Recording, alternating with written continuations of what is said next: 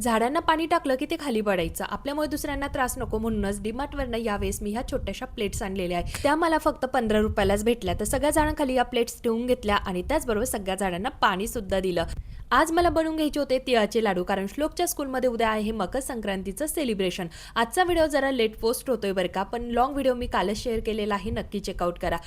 तिळाचा घरभर वास आणि त्यांचा जर डान्स चालू झाला ना तर समजून घ्यायचं. हे तीळ आता छान असे भाजलेले आहेत. तर मी काही सीड सुद्धा आणल्या होत्या डीमार्टवरनं, त्या पण भाजून घेतल्या आणि थोडीशी बडीशेप सुद्धा बनवून घेतली. त्यामध्ये मी फक्त बडीशेप, धने डाळ, तीळ आणि भाजलेला ओवा टाकला. सगळं मिक्स केलं आणि बरण्यांमध्ये भरून ठेवलं.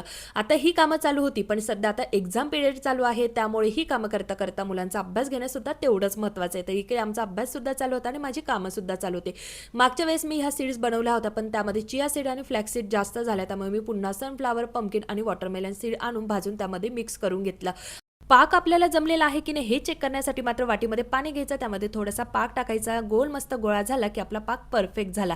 आता पाक माझा रेडी झालेला आहे, त्यामध्ये तीळ टाकून घेतले, ड्रायफ्रुट्स ऍड केले. आता याला मस्त असं मिक्स करून घ्यायचं आणि गरमागरमच लाडू आणि तिळाच्या वड्या सुद्धा मी बनवून घेतल्या.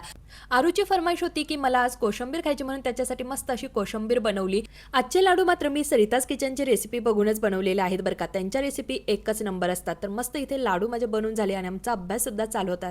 तर चला पुन्हा भेटूया. बाय.